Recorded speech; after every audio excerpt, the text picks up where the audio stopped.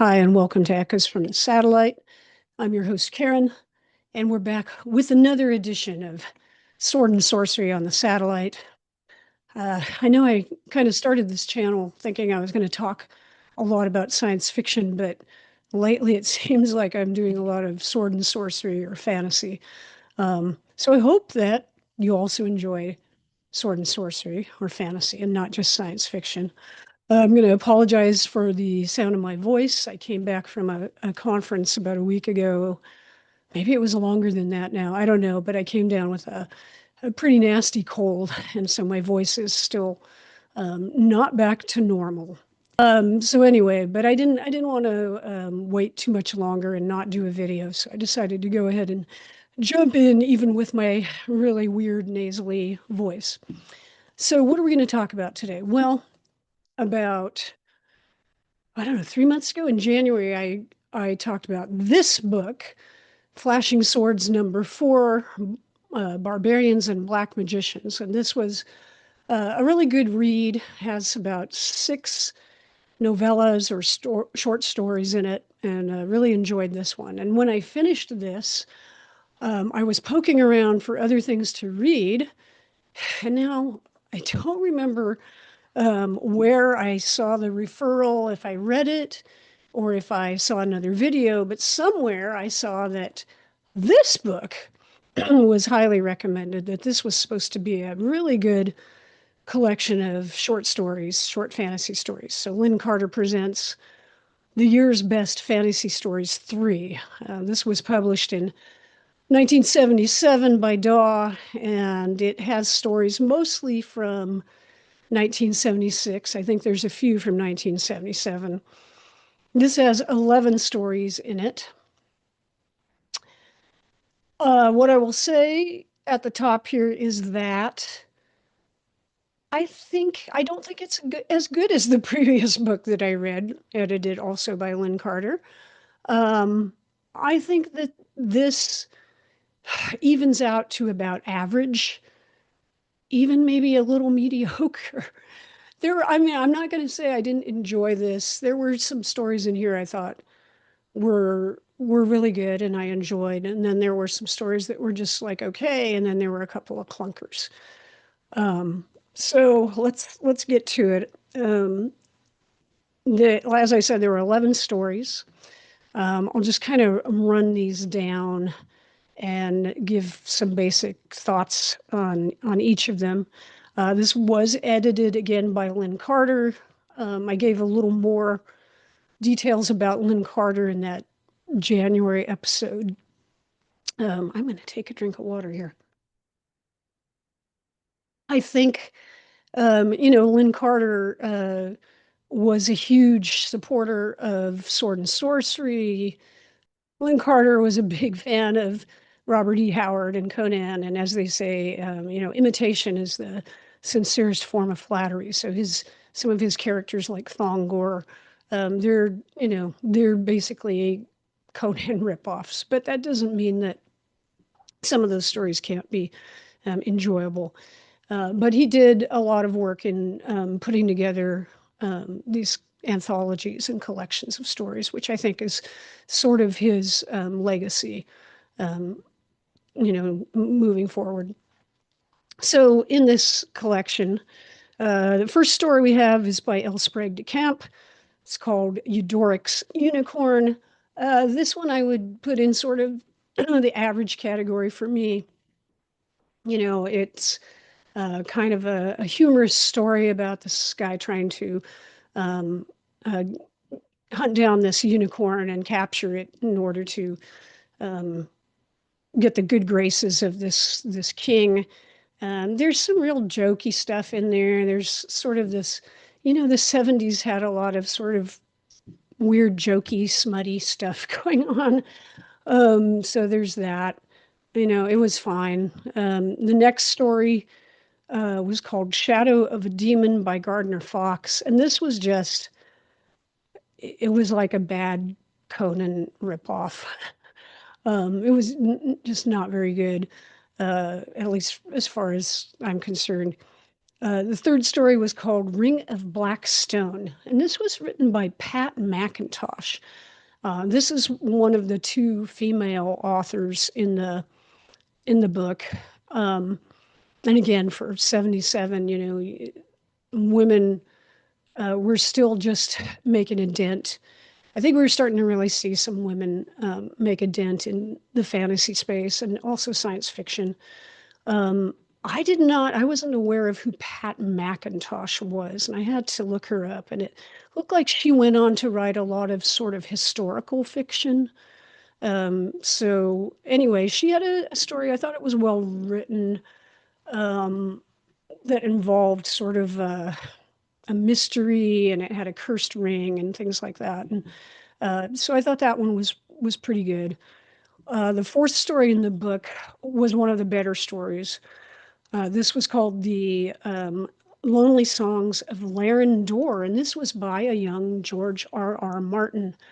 Um, Very funny in the introduction to this, because Lynn Carter wrote an introduction to each story. He said that yeah, it's an interesting story because we know George R. R. Martin primarily as a writer of science fiction, which nowadays it's like, oh, George R. R. Martin wrote science fiction too. But this was, I think, one of the best stories in the book, and you can just tell. I mean, he's just a talented writer. Um, he has a way with words, and the story itself, um, very much not. A lot of these stories are sword and sorcery. This one is not. This one is. I don't think it's high fantasy, but I think I would call it more. Gosh, what would you call it? Sort of that dreamy kind of, not Lovecraftian, but close, about a woman who's kind of moving between different dimensions, and she's on sort of a quest, but then she stops in this one place where this guy, a very lonely man, because he's all alone in this dimension, and he can kind of control how things like the environment of the dimension, and they start to have a romance, and it's actually a really well written story. So I liked that one a lot. I also liked the next story in the book, which was called Two Suns Setting, and this was written by Carl Edward Wagner. And I have to say, I hadn't read anything by him before. I had sort of heard of him, but I didn't know anything about him. And he was really interesting to kind of look up, because he was not only a writer but a publisher, and he had really, I guess, gone back and collected a lot of Robert E. Howard stories and published them, and seemed to have died pretty young, actually, in his late 40s.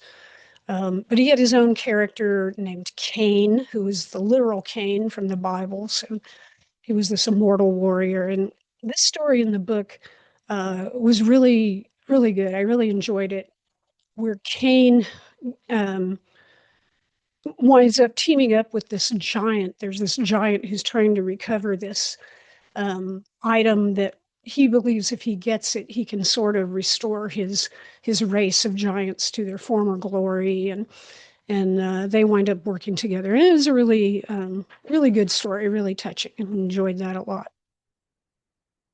The next story in the book is called The Stairs in the Crypt. Now, this is a story sort of by Clark Ashton Smith. But actually, Lynn Carter went back in and took an unfinished story by Smith and finished it.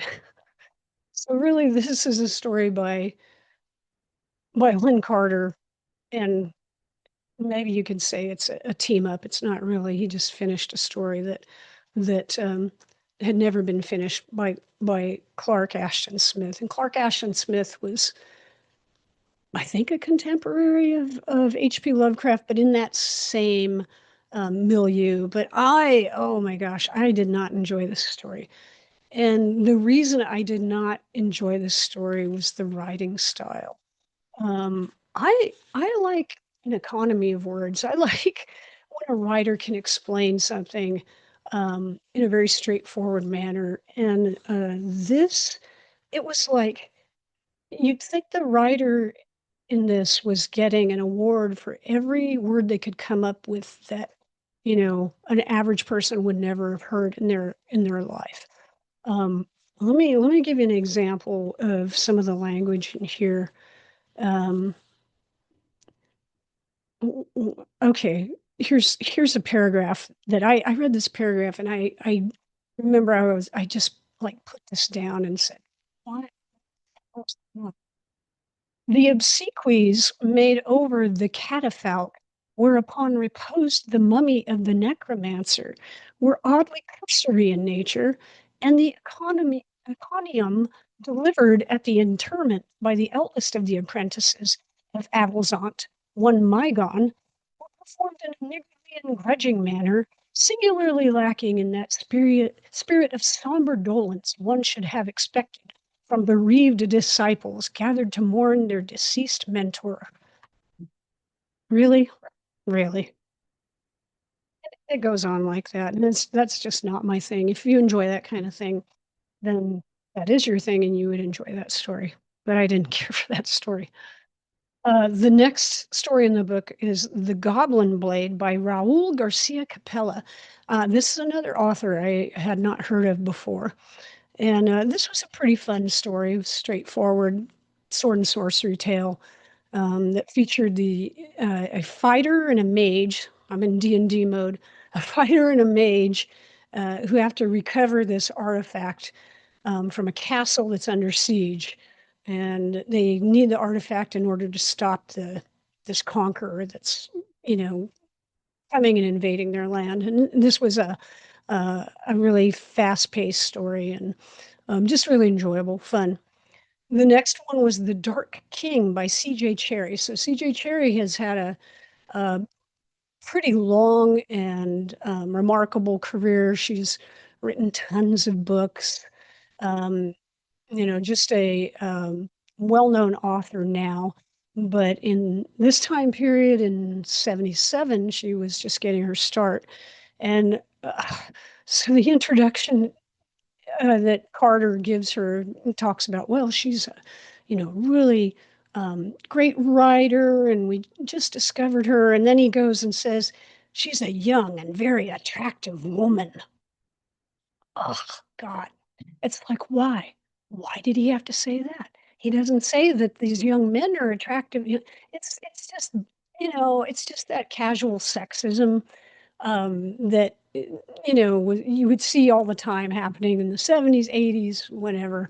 And I have to say that I recognize when I read these books that they're of a different time, and there's a lot of things that go on in these stories, and I'll get to more of that in a minute. But um, just that kind of, I mean, I wonder how it aggravated her at the time. Like, instead of dwelling on like what a great story she wrote, just like, oh, she's an attractive young woman.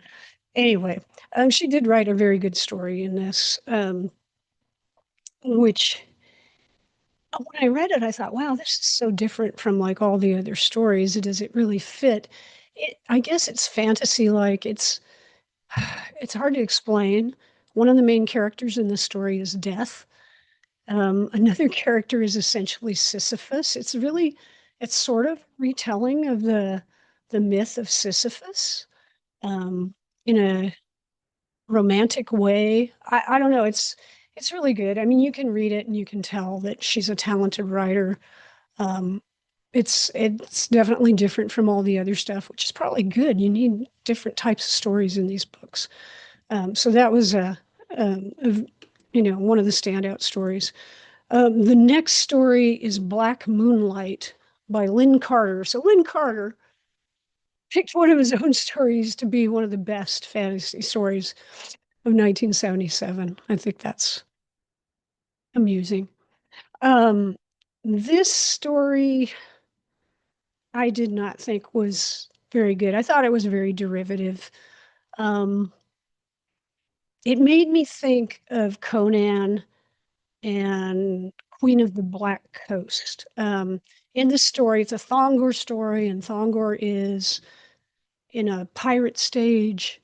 And so he's going down this coast, and then he jumps off at this it's a weird landscape, and he goes scouting, and one person from his ship goes off and is lost, and just weird stuff happens. But talking about problematic things, it just felt very white saviory to me. And I know the whole white savior thing comes up a lot in, um, especially in sort of sword and sorcery, Tarzan, all that kind of stuff. Um, Sometimes, you can overlook that stuff and just enjoy the story. I did actually, the white savory aspect of this actually didn't bother me so much because the Thongor character needed to be saved. I think it was just the derivative nature of the story that really got to me. But yeah, sometimes, it's hard to overlook some of the isms, all the isms that we find in a lot of older stories, the sexism, the racism, etc.